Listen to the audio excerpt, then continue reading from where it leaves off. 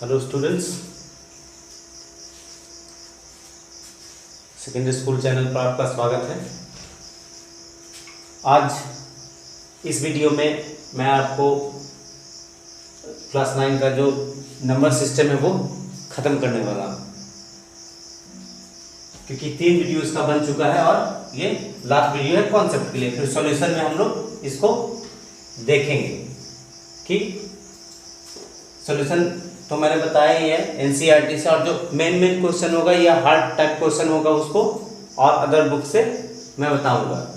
तो इस क्वेश्चन पर हम लोग पिछले वीडियो में रुक गए थे। ये देखिए मैंने गलत से ये लिख दिया है, यहाँ पे 2.25 होगा, 2.25 होगा।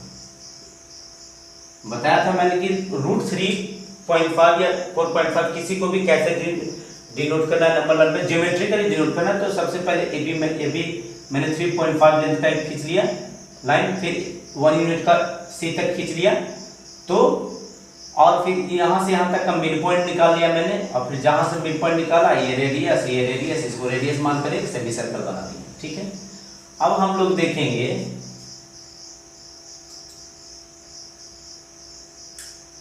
ये जो हमारा हुआ, ये यहाँ से यहाँ तक हम लोगों ने निकाला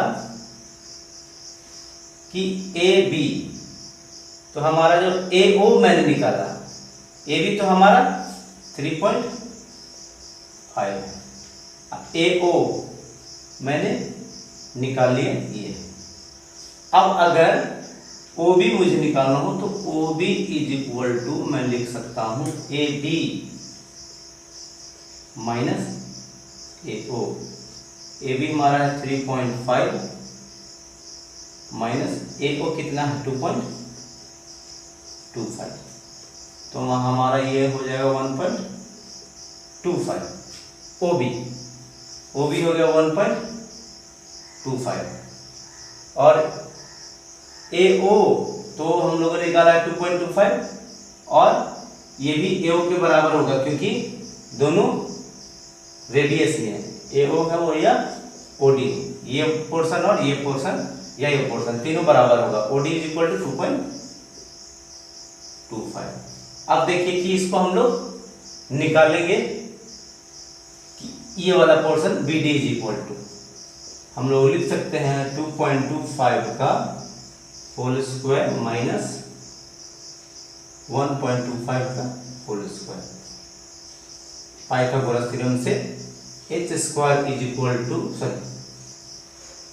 p square b is equal to √h square minus b square, इस फॉर्मूला में। अब हम लोग इसको सोल्व करके देखेंगे।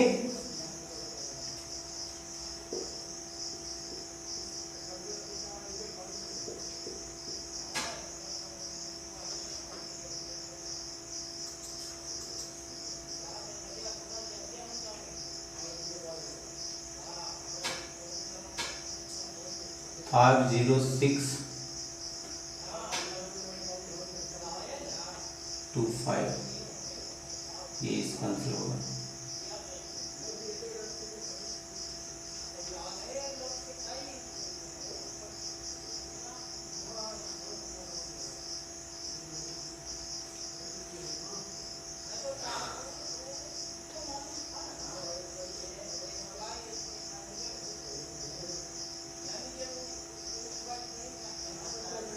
जब इसको हम लोग सोल्व करेंगे तो ये आएगा 3.5000 अर्थात √3.5, यानी कि ये हमारा जो रिप्रेजेंटेशन है सही है।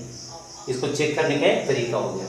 कैसे कैसे मैंने किया फिर से एक बार बताता हूँ कि ये थोड़ा सा डिफिकल्ट लगता है देखने में, मगर है नहीं। सबसे पहले जो भी दिया होगा उतना लेंथ का एक लाइन खींच लेंगे हम लोग, फिर 1 यूनिट और उसमें बढ़ा देंगे, फिर जितना लंबा हुआ 3.5 और 1 यूनिट 4.5 यूनिट हो गया, यहाँ से यहाँ तक का मिड पॉइंट निकालेंगे। मिड पॉइंट निकालने के बाद यहाँ से सेमी सर्कल खींच देंगे।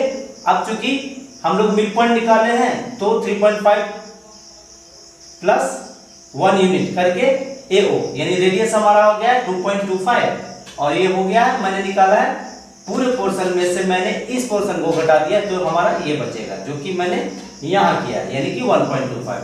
अब हाइपोटेनस में मैंने 1.25 इसके स्क्वायर में से इसके स्क्वायर को घटा दिया है तो हमारा टी स्क्वायर निकल जाएगा पाइथागोरस थ्योरम से। ये हो गया कि किसी भी रूट के लिए रूट 4.5 किसी को भी करेंगे, रूट 4.5 में क्या करेंगे 4.5 का लाइन ले लेंगे और इसको 1 तक यहाँ बढ़ा देंगे, ठीक है। फिर इसको मिड पॉइंट निकाल के उस पर सेमी सर्कल खींचेंगे तो ये जो लाइन होगा 4.5 होगा और इसको ऐसे ऐसे करके मिला लेंगे नंबर लाइन पे, यहाँ पे 4.5 होगा। तो चलिए ये तो खत्म हो गया।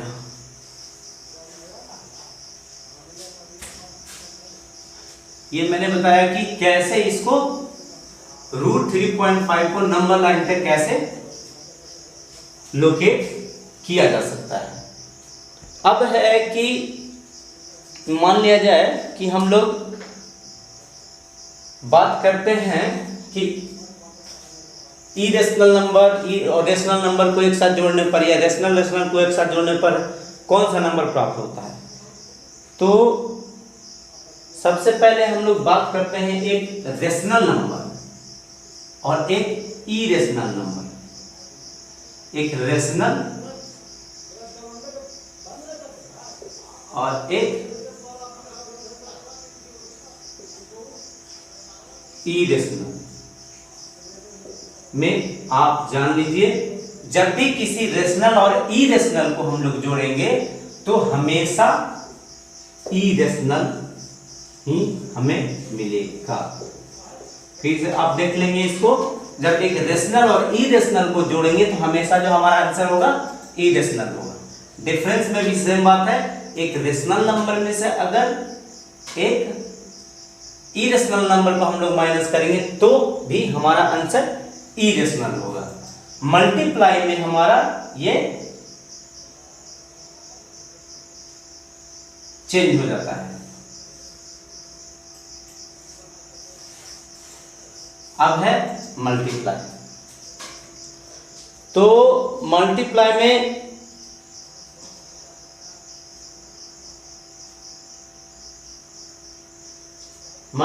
में है कि इसको तो ऐसे करेंगे तो ये रेशनल है, इरेशनल है, ये इरेशनल होगा।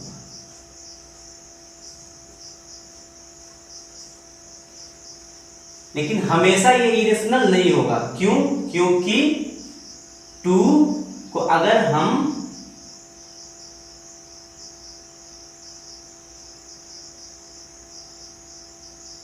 एक ये नंबर लिख देते हैं, ये भी इरेशनल और ये भी इरेशनल है, मगर अच्छा ये तो मैं एक रेशनल और इरेशनल की बात कर रहा हूं।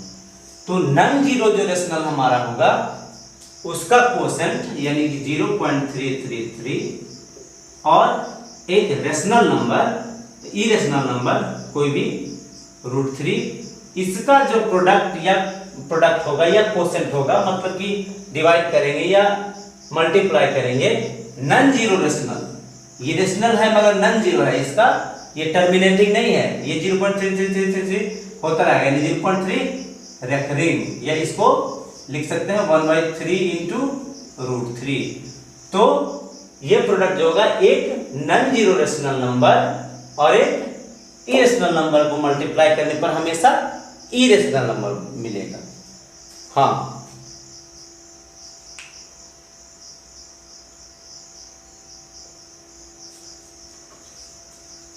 अब है कि रेशनल को रेशनल से जोड़ेंगे तो इसमें तो कोई फर्क पड़ने वाला नहीं। रेशनल को रेशनल से जोड़ेंगे तब रेशनल होगा, मल्टीप्लाई करेंगे तब भी रेशनल होगा, और आपको माइनस करेंगे या ऐड करेंगे जो भी करेंगे रेशनल के साथ, दो रेशनल नंबर के बीच में जो भी हम लोग रिलेशन करेंगे या प्लस का या माइनस का या मल्टीप्लाई का, तो हमारा जो नंबर होगा वो रेशनल ही होगा। हमेशा रेशनल और इरेशनल में फर्क हो सकता है, रेशनल में फर्क नहीं हो सकता है, जबकि इरेशनल में फर्क हो सकता है। जैसे कोई जरूरी नहीं हो, अगर ये एक इरेशनल नंबर है, ये एक इरेशनल नंबर है, तब हमारा यहां तो इरेशनल आ गया, मगर अगर मैं इसको लिखूं एक इरेशनल नंबर ई, एक रेशनल नंबर √3 दोनों रेशनल नंबर है, इरेशनल नंबर है, लेकिन हमारा आंसर यहाँ इरेशनल था, यहाँ इरेशनल था, मगर हमारा आंसर रेशनल आ गया। यहाँ इरेशनल था, यहाँ इरेशनल। तो इरेशनल के साथ मल्टीप्लाई हो या डिवाइड हो, दोनों केस में इरेशनल को इरेशनल से मल्टीप्लाई करेंगे तो हमारा इरेशनल भी आंसर आ सकता है और रेशनल भी आंसर आ सकता है। ठीक है, फिर से आप लोग इसको देखेंगे, इरेशनल जब दो नंबर को हम लोग मल्टीप्लाई करेंगे तो आंसर हमारा जो है इरेशनल भी हो सकता है और रेशनल भी हो सकता है। जबकि रेशनल नंबर को मल्टीप्लाई करने पर दो रेशनल नंबर को हमेशा रेशनल होगा, इरेशनल में वैसा नहीं है। इरेशनल में हम लोग जब दो इरेशनल नंबर को मल्टीप्लाई करेंगे तो इरेशनल भी आंसर हो सकता है और दो इरेशनल नंबर को मल्टीप्लाई करेंगे तो रेशनल भी आंसर हो सकता है। और √3 डिवाइडेड बाई √2 तो हमारा आंसर आएगा √3/2। ये इरेशनल है, इरेशनल है और इरेशनल है। अब √3 डिवाइडेड बाई √3 हम लोग करते हैं तब हमारा आंसर आएगा एक, ये इरेशनल है, ये इरेशनल है और ये रेशनल है। तो हम लोग मल्टीप्लाई डिवाइड दोनों में देखेंगे कि इरेशनल नंबर को इरेशनल नंबर से मल्टीप्लाई करने पर हमारा आंसर इरेशनल भी आ सकता है और रेशनल भी आ सकता है। उसी तरह से डिवाइडेशन में दो इरेशनल नंबर को डिवाइड करने पर इरेशनल भी आ सकता है और रेशनल भी आ सकता है। इसको मैं नोट्स में दूंगा और इस वीडियो को खत्म होने के बाद नोट्स भी आज शाम तक इसका हमारे टेलीग्राम चैनल पर और फेसबुक पेज पर भी अवेलेबल होगा। हमारा व्हाट्सएप ग्रुप पर भी ये नोट्स अवेलेबल होंगे। नोट्स में ये मैं सारी बातें लिख के अलग अलग दूंगा और एग्जाम्पल के साथ मैं बता दूंगा। वैसे यहाँ भी आप बढ़िया इसको समझ सकते हैं, मैंने समझा दिया है।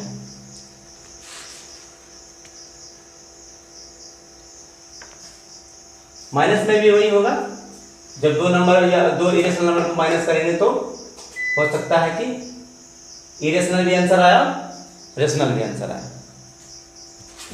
अब हम लोगों को देखना है रेशनलाइजेशन, किसी नंबर को रेशनलाइज करना।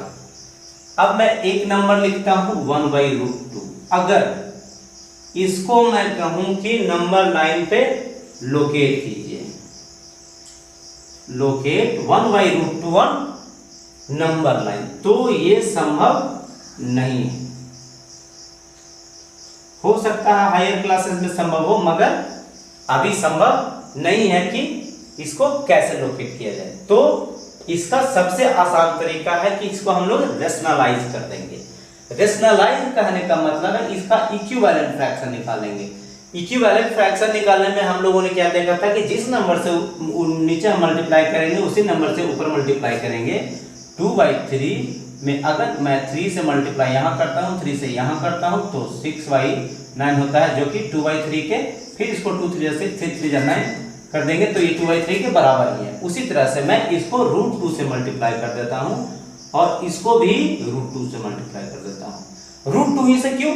क्योंकि √2 से मल्टीप्लाई करने पर ये हमारा रेशनल नंबर आ जाएगा, इसलिए इसको रेशनलाइजेशन कहते हैं। रेशनलाइज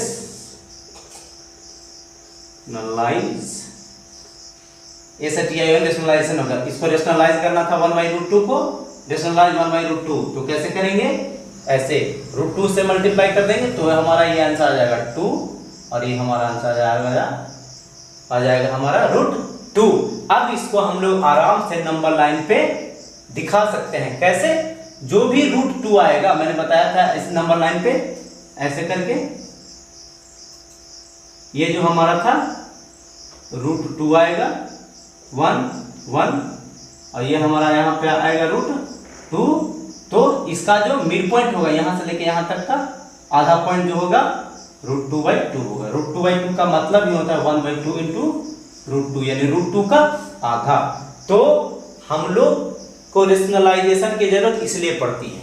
कोई भी कैलकुलेशन जब हम लोग करेंगे तो हम लोग को इस चैप्टर में रेशनलाइज करना पड़ेगा। मान लिया जाए कि एक और क्वेश्चन को हम रेशनलाइज करके एग्जांपल के थ्रू समझाते हैं। जैसे 1/2 माइनस √3।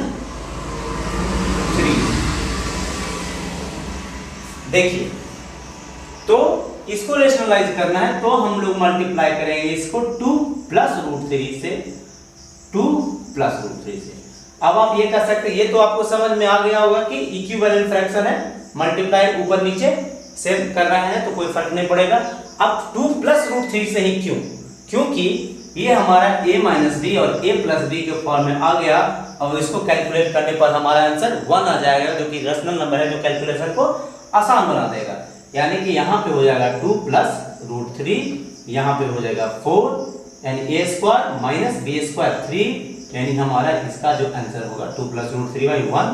1 नहीं भी लिखेंगे तो कोई फर्क नहीं पड़ेगा। यही है रेशनलाइजेशन। बाकी एग्जाम्पल में, बाकी एक्सरसाइज में करके इसको बताऊंगा। और हमारा हो गया एक्सपोनेंट का। तो एक्सपोनेंट तो सभी नंबर पे फ्रैक्शनल हो या किसी भी तरह का हो, एक ही तरह का काम करता है। जैसे मान लिया जाए लॉज ऑफ एक्सपोनेंट है ना,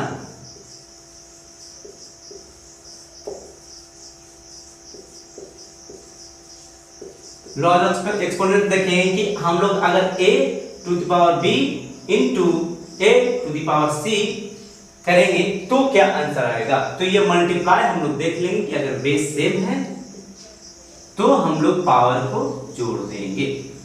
ऐसा नहीं a to the power b और c to the power d रहने पर नहीं करेंगे, ये गलत हो जाएगा कि ac b प्लस d, ऐसा नहीं होगा, ये गलत होगा।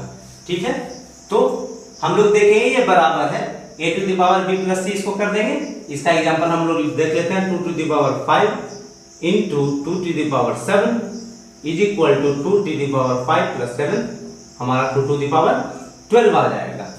अब हम लोग देखेंगे डिवाइड में a to the power b divided by a to the power c, तो इसको a to the power b minus हम लोग c लिख सकते हैं। जैसे 2 to the power 7 divided by 2 to the power 5, तो हमारा आंसर आ जाएगा 2 to the power 7 minus 5 2 to the power 2 is equal to 4।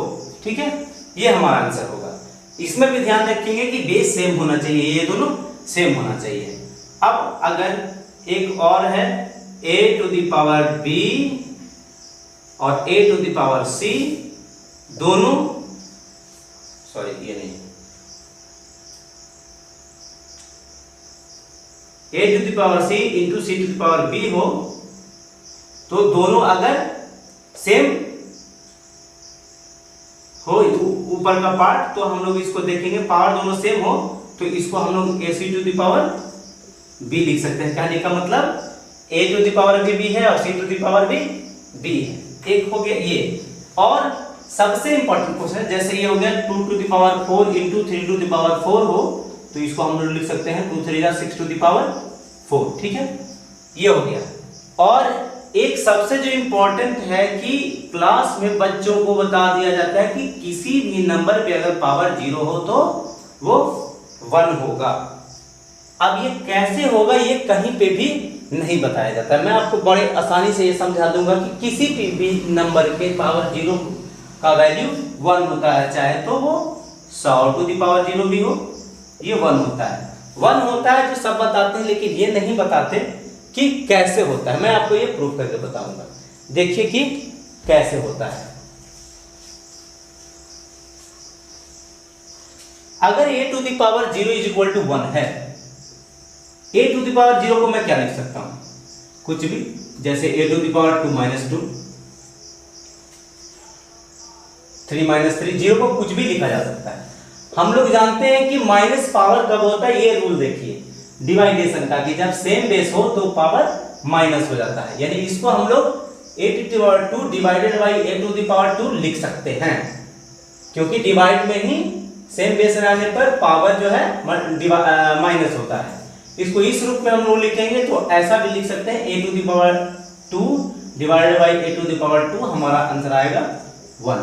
अब ध्यान से देखिए, इसको a to the power 0 is equal to लिखा जा सकता है a to the power 2 minus 2, इसको लिख सकते हैं a to the power 2 divided by a to the power 2, तब हमारा आंसर आ जाएगा 1। इससे आपको आसानी से समझ में आ जाएगा कि आखिर क्यों किसी भी नंबर पे 0 का वैल्यू पावर 0 देते हैं तो उसका वैल्यू 1 होता है। कैसे होता है जो मैंने आपको बता दिया है। और एक्सपोनेंट्स में कुछ, हाँ एक्सपोनेंट में ऐसा भी रह सकता है a to the power m to the power n, तो कितना भी MNO, तो इसको बस a to the power m into n into o लिखा जा सकता है। तो मल्टीप्लाई इसमें कुछ है नहीं, तो एक्सपोनेंट्स में इतना ही है, कुछ खास नहीं है, बहुत हार्ड नहीं है, आप इसको आसानी से समझ सकते हैं।